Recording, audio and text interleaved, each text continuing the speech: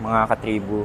Narito tayo sa Arlington Memorial Chapel sa Quezon City, kung saan kasalukuyang nakaburol ang labi ni Rene Baterbonia, isang student athlete mula sa Ateneo de Manila University na naging biktima ng isang karumal-dumal na insidente sa Dipoculaw, Aurora nitong nakaraang Lunes lamang.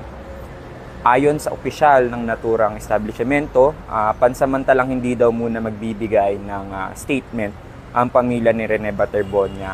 Ngunit kinumpirma niya na mayroong mga representante ang Ateneo na nagtungo dito upang makipag-meeting sa pamilya ni Rene.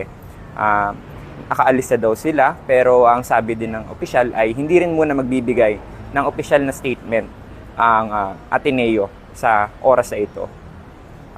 Aantabayanan natin kung mayroong mga personalidad na bibisita kay Rene Baterbonia. Pero sa ngayon, yun lamang mabibigay nating update sapagkat inaantay din natin ang buong detalye mula mismo sa pamilya ni Rene Baterbonia na manggagaling din or manggagaling doon sa autopsy report na pinagawa ng kanyang mga magulang doon sa labi ni Rene Baterbonia.